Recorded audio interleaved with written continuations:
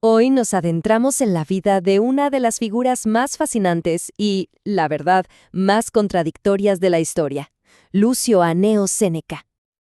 A ver, la pregunta central que vamos a explorar es simple, pero a la vez súper profunda. ¿Cómo es posible que un hombre predique sobre la virtud, sobre la simpleza, la pobreza, mientras al mismo tiempo es consejero de un tirano y amasa una de las fortunas más grandes de todo el Imperio Romano? O sea, ¿quién fue el Séneca real? Para entender a Séneca, es fundamental entender el mundo en el que vivió. Ojo, él nació en Hispania, así que en Roma era visto como un provinciano, un outsider. Y le tocó vivir en una época, de las más turbulentas, la dinastía Julio-Claudia. Hablamos de una era de inseguridad total, de conspiraciones, de tiranía pura y dura. Pensemos en los nombres: Calígula, Nerón.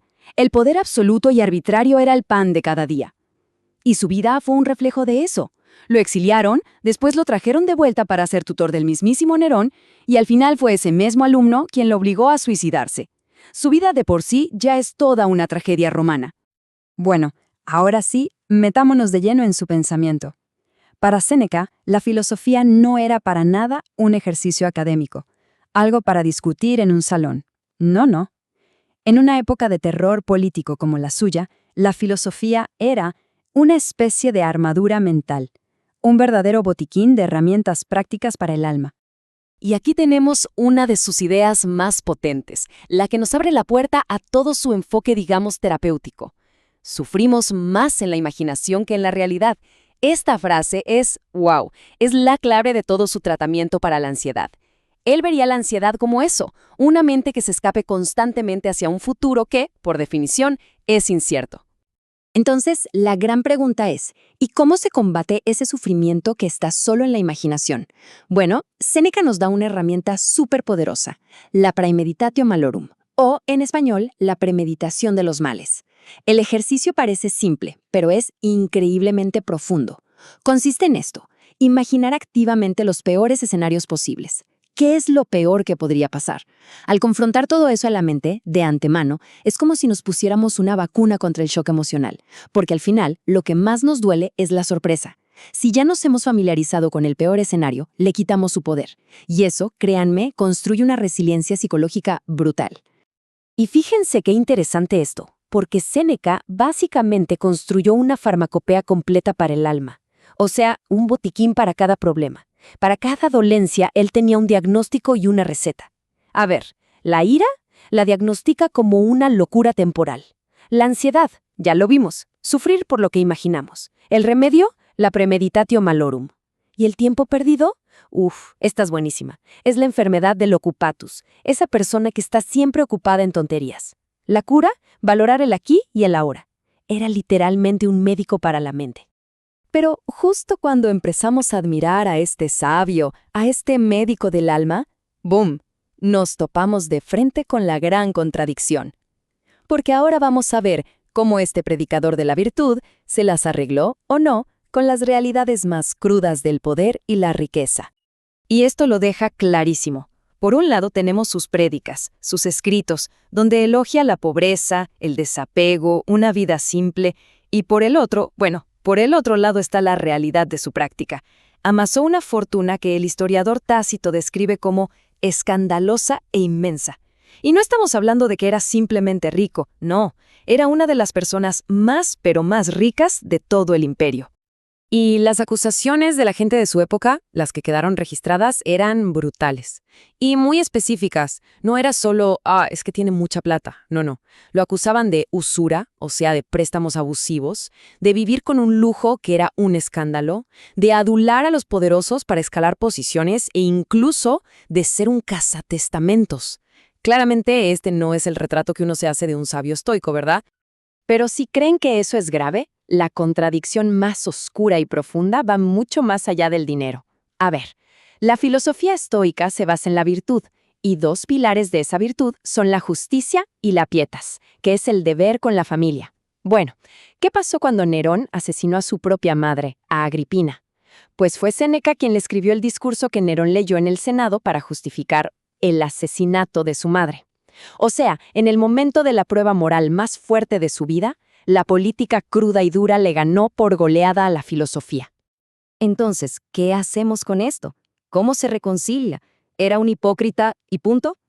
¿O hay alguna forma un poco más compleja de entenderlo? Vamos a explorar las posibles defensas, a ver qué encontramos. El propio Séneca se defendió, claro. En su obra, Sobre la vida feliz, él argumenta algo muy interesante. Dice que la riqueza es un indiferente preferido. O sea, no es ni buena ni mala en sí misma.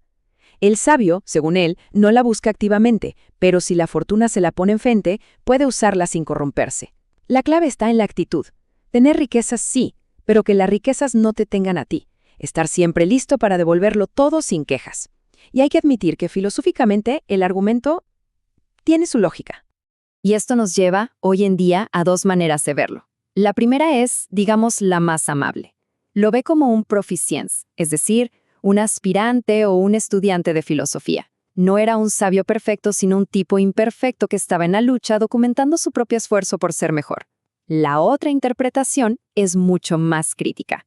Plantea la idea de una libertas personata, una libertad actuada. ¿Qué significa esto? Que quizás todo su discurso sobre la libertad interior era solo eso, una actuación. Una máscara para ocultar una verdad incómoda, que en el fondo eligió el poder en lugar de la verdadera libertad. Y es justo aquí donde todo este asunto se vuelve increíblemente relevante para nosotros hoy, porque las luchas de Séneca, las filosóficas y las personales, resuenan con una fuerza tremenda en nuestro mundo moderno. Pensemos un segundo en uno de nuestros problemas centrales hoy en día. Vivimos en la era de la distracción digital, del burnout, del agotamiento, esa sensación de estar siempre ocupados, corriendo, pero sin sentir que avanzamos, eso que llaman la economía de la atención. Pues bueno, resulta que Séneca ya tenía un término para esto hace 2000 años, el occupatus, el ocupado. Lo definía como esa persona que desperdicia su vida en trivialidades, que vive para los asuntos de otros y se olvida de vivir para sí misma. Es que parece una descripción escrita ayer, ¿no? Su crítica nos golpea de frente y nos obliga a preguntarnos, ¿en qué estamos gastando de verdad nuestro recurso más valioso? El único que no vuelve, el tiempo. Y su influencia no se queda ahí, ¿eh? Su impacto en la psicología moderna es directo. La famosísima terapia cognitivo-conductual se basa en la idea central de Séneca. No son las cosas que nos pasan las que nos hacen sufrir, sino lo que pensamos sobre esas cosas. Sus técnicas de visualización negativa son básicamente un precursor de lo que hoy se conoce como terapia de exposición. Y su análisis de la ira como una enfermedad social contagiosa, bueno, díganme si eso no describe a la perfección nuestra era de polarización. Llegamos al final. Entonces, ¿cuál es el veredicto? ¿Cómo juzgamos a este hombre tan brillante y a la vez tan imperfecto? Quizás, y solo quizás, su verdadero valor reside precisamente ahí, en sus defectos.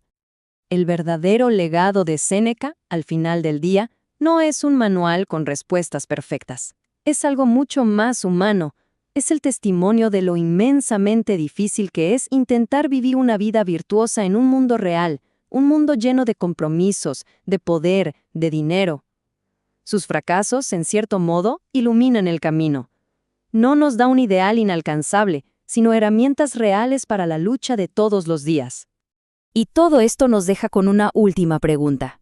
Una para que se quede resonando. ¿Una vida llena de fallas invalida la sabiduría de las palabras? ¿O, por el contrario, hace que esas palabras sean todavía más urgentes, más necesarias para el resto de nosotros, los que también somos imperfectos? Gracias por habernos acompañado en este recorrido.